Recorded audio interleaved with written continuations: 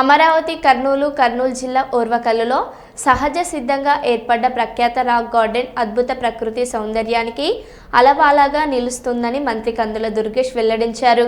నేపాల్లో చిక్కుకున్న తెలుగువారిని రక్షించేందుకు మానిటరింగ్ కోసం విజయవాడ కంట్రోల్ రూమ్కు వెళ్లే మార్గంలో ఫ్లైట్కు సమయం ఉండడంతో సమీపంలోని రాక్ గార్డెన్ను ఆకస్మికంగా సందర్శించారు. ఆయన హరిత రిసార్ట్స్, హరిత రెస్టారెంట్లను పరిశీలించి అధికారులతో వివరాలు తెలుసుకున్నారు. మంత్రి దుర్గేష్ మాట్లాడారు. ఈ మధ్య కాలంలోనే మనకి ఏర్పడినటువంటి ఈ ఓర్వకల్ ఎయిర్పోర్ట్ ఏదైతే ఉందో ఇది ఈ ప్రాంతాన్ని ప్రపంచంతో అనుసంధానించేటువంటి పరిస్థితి కూడా కనబడుతూ ఉంది. అందువల్ల ఈ ప్రాంతాన్ని అభివృద్ధి చేయాల్సిన అవసరం.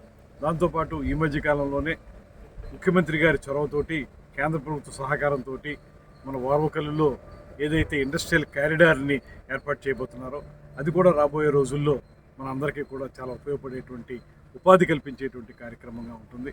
దాంతోపాటు ఈ హరిత రిసార్ట్స్ కూడా చాలా అద్భుతంగా ఉన్నాయి. అందుకే ఇక్కడ బాహుబలి లాంటి సూపర్ డూపర్ హిట్ అయినటువంటి సినిమా షూటింగ్ కూడా జరిగింది. డాకు మహారాజు షూటింగ్ జరిగింది.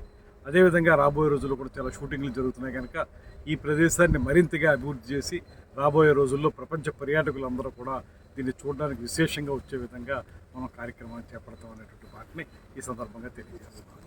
ఉమ్మడి కర్నూలు జిల్లాలో ఓర్వకల్లు ప్రాంతంలో ప్రఖ్యాతిగాంచినటువంటి రాక్ గార్డెన్స్ ఈరోజు సందర్శించడం జరిగింది.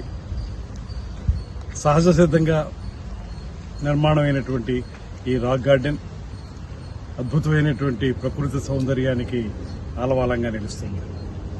సహజంగా ఉన్నటువంటి ఈ రాక్ గార్డెన్స్ మధ్యలో ఉన్నటువంటి వాటర్ ఫ్లో, అదేవిధంగా లక్షల సంవత్సరాలుగా ఏర్పడినటువంటి ఈ రాక్స్, ఇవన్నీ కూడా చూపరులని విశేషంగా ఆకర్షిస్తున్నాయి.